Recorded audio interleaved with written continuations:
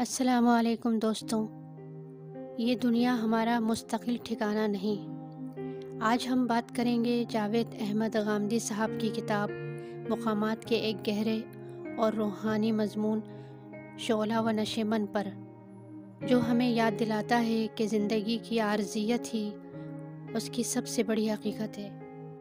یہ مضمون صرف ایک ذاتی تجربہ نہیں بلکہ ایک فلسفیانہ اور روحانی علامت ہے جو عارضی دنیا اور اخروی حقیقت کے درمیان تعلق کو نہایت سادہ مگر گہرے انداز میں بیان کرتا ہے۔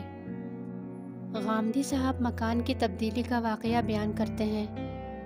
اقبال ٹاؤن کا گھر جس کے لیے انہوں نے بڑی محنت کی بیچ دیا گیا۔ وہ لکھتے ہیں، آ کے بیٹھے بھی نہ تھے اور نکالے بھی گئے۔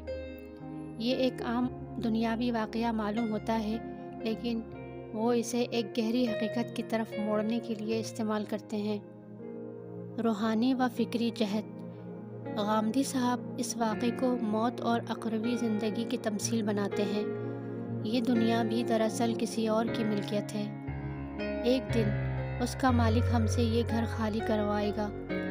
یہ ایک نہایت خوبصورت تمثیل ہے کہ دنیاوی گھر سے بے دخلی ہمیں آخرت کی یاد دہانی کرواتی ہے۔ انسان جتنا بھی محنت کرے، یہ دنیا عارضی ٹھکانہ ہے۔ اس مضمون میں زہد، فنا اور جواب دہی کا تصور بہت گہرائی سے موجود ہے۔ اسلوب کی خوبیاں: سادہ زبان لیکن معنوی گہرائی سے بھرپور، شاعرانہ حوالہ جات سے مضمون میں حسن اور فکر کی تازگی، ہر روزمرہ واقعے کو فکری اور دینی نقطہ نظر سے دیکھنے کی تربیت۔ شعلہ و نشیمن دراصل ایک خالص فکری و روحانی مضمون ہے جو قاری کو اپنے وجود کی حقیقت، دنیا کی ناپائیداری اور موت کے یقینی لمحے کی طرف متوجہ کرتا ہے۔ یہ مضمون بتاتا ہے کہ زندگی کی سب سے بڑی حقیقت وہ ہے جو اکثر حادثات کی شکل میں ہمیں یاد دلائی جاتی ہے۔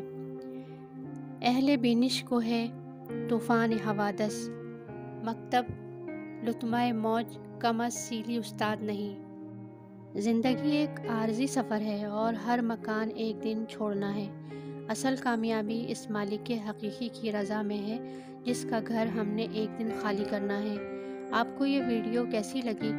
اپنے خیالات کمنٹس میں ضرور شیئر کیجیے اور ہمارے چینل کو سبسکرائب کرنا نہ بھولیے تاکہ ہم مل کر شعور کی روشنی پھیلاتے رہیں۔